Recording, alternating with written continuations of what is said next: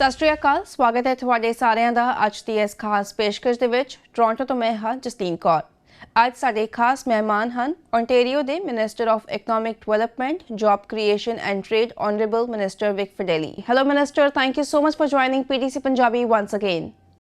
It's great to see you once again. Thank you for this opportunity. Pleasure for us as well, Minister. Minister, as we know that Ontario government is working on positioning the province as North American hub for building the car of the future.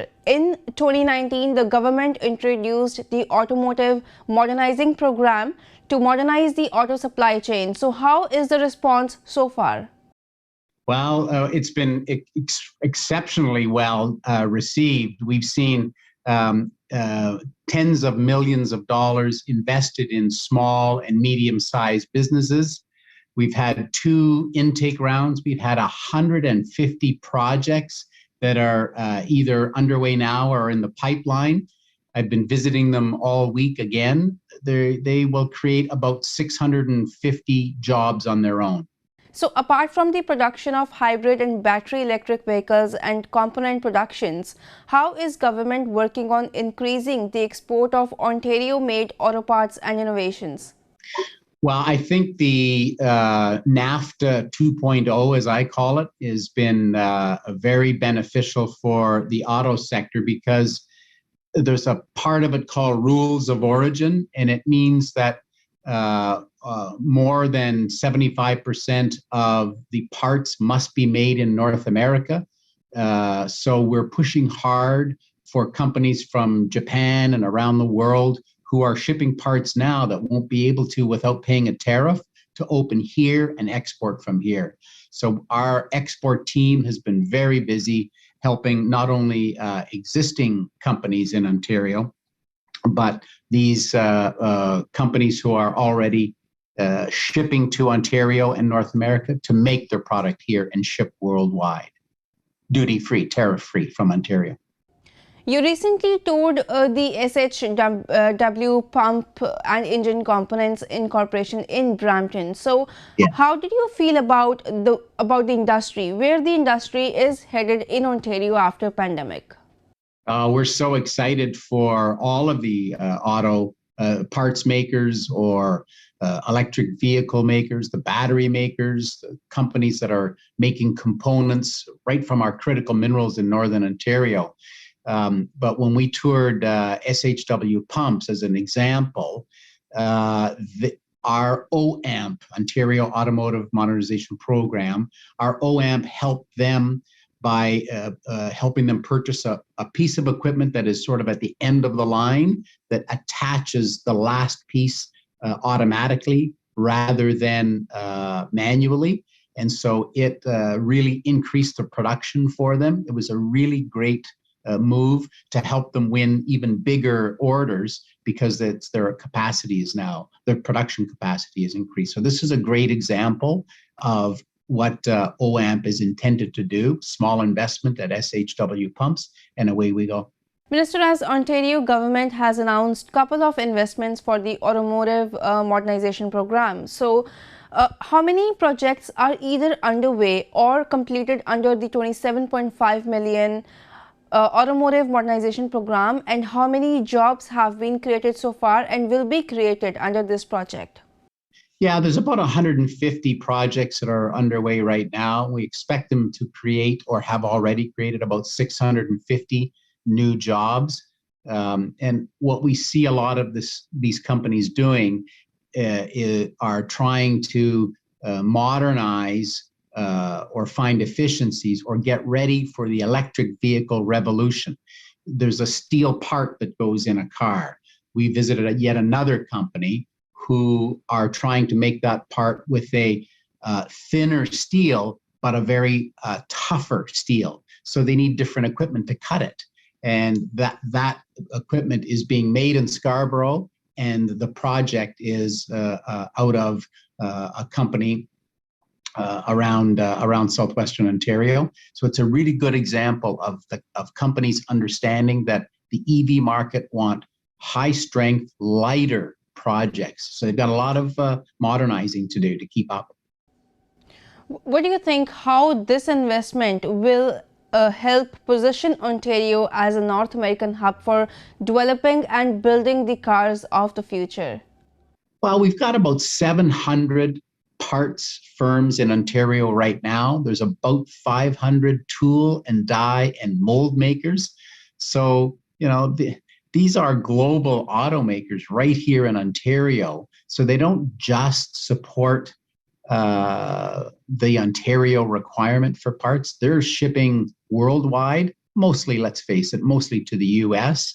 But we're a very integral piece of the auto supply chain. We're innovating here. We're building capacity. All of this is very integral in Ontario's plan to attract industry investment.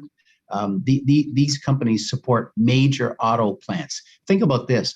Ontario is North America's #2 automaker. We're the second largest automaker in all of North America and the only one with 5 original equipment manufacturers, 5 production vehicle companies. We're the only one. So these tool and die and mold makers and these parts firms, they've got a big audience. So talking about the eligibility, what are the requirements for the businesses to be eligible for the OAMP? Yeah, they need to be a small or medium-sized business. They need to be a company that's in business for profit. They have a business number. They have to have less than 500 people. They have to have less than $1 billion in revenue. They've got to have a couple of years, 2 years actually, of financial statements. And 50% of the company's total sales must come from the auto supply sector. And they must obviously be in location in Ontario manufacturing. All right, Minister, we will continue this chat, but right after a short break.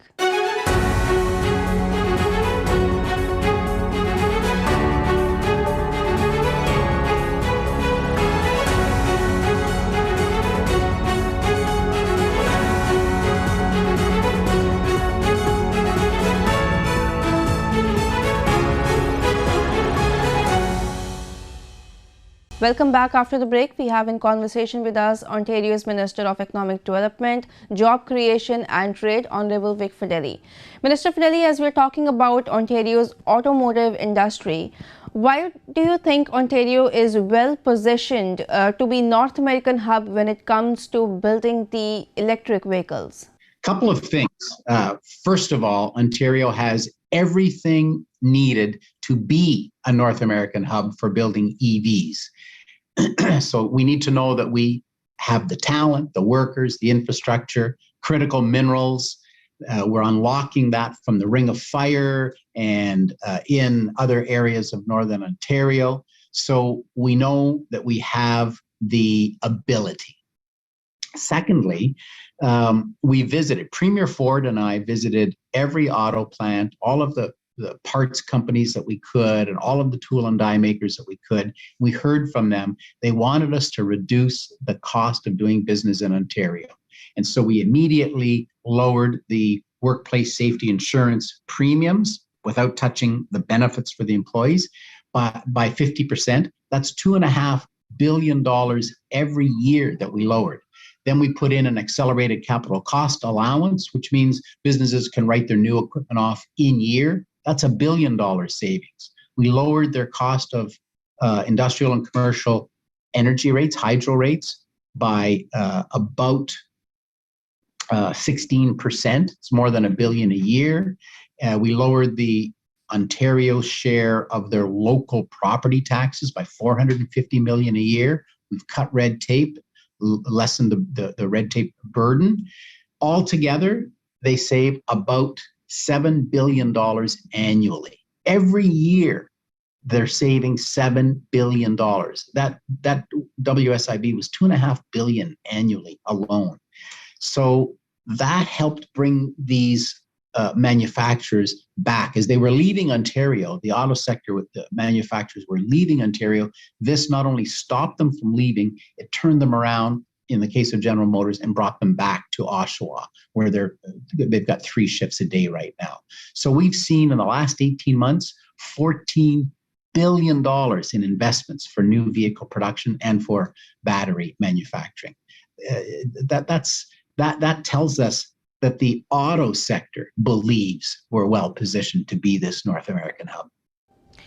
Minister Fedeli, as we know right now, Canada is facing high inflation rate and the cost of living is going through the roof. So the rising inflation has increased the risk of the recession. And if we look back, the recession of 2008 impacted Ontario's automotive manufacturing industry, triggering a provincial bailout. And this time, experts are again warning that Ontario is going to feel it somewhat worse than Alberta. So is Ontario prepared? You know, we feel very differently about that. Think about what I had just said earlier, that there are $14 billion worth of projects that are underway. They've broken ground, for instance, in one or two of these already. The others are just waiting for some approvals. These companies are about to spend $14 billion. So no matter what happens in the global economy, that money is being spent here. Those people are going to work. Look at the battery plant in Windsor alone. Thousands of jobs are being created there to build. It's a $5 billion building the size of 112 hockey arenas. I mean, that's underway. Then look at what the province is doing. We're spending $28 billion on new subways. Those are under construction right now. All that is going to happen. We are spending $140 billion over 10 years in infrastructure, bridges and roads. All that is well underway. The engineering's been done, the planning's been done. Much of it is actually under construction and underway. So we've got billions of dollars that is being spent both privately and publicly over the next couple of years. It's all because we've created this low-cost business climate. It's bringing in secure, well-paying jobs. Since we took office 4 years ago, 550,000 jobs have been created in Ontario. 300,000 before COVID, and during COVID to now, 250,000 jobs created. That's 550,000 jobs. We've got 350,000 unfilled jobs yet. So even as the economy shifts and changes, we've got that cushion of 350,000 jobs that are waiting for people. Just this week, TELUS invested $23 billion, creating 9,500 jobs here in Ontario over the next 4 years. These are all projects that are well underway. So we have got, thankfully, because of Premier Ford and the planning that we did, we're in a position of strength. Minister Fedeli, Premier Ford's first mandate was impacted by COVID-19 pandemic. You think now economic shock could pose a huge challenge to Premier Ford as he embarks on a second term in office? Well, again, I really think that the hundreds of billions of dollars that have been announced between provincial infrastructure, companies like TELUS, companies like Telesat, all of these companies in the auto sector, Dofasco and Hamilton, another couple $billion to convert from coal to green steel. That project's well underway. This is billions that will be spent over the next 2 years. That will all help us weather any shocks that may or may not come to the economy. All right, Minister, last question before I let you go. How is Ontario planning on rebuilding the economy?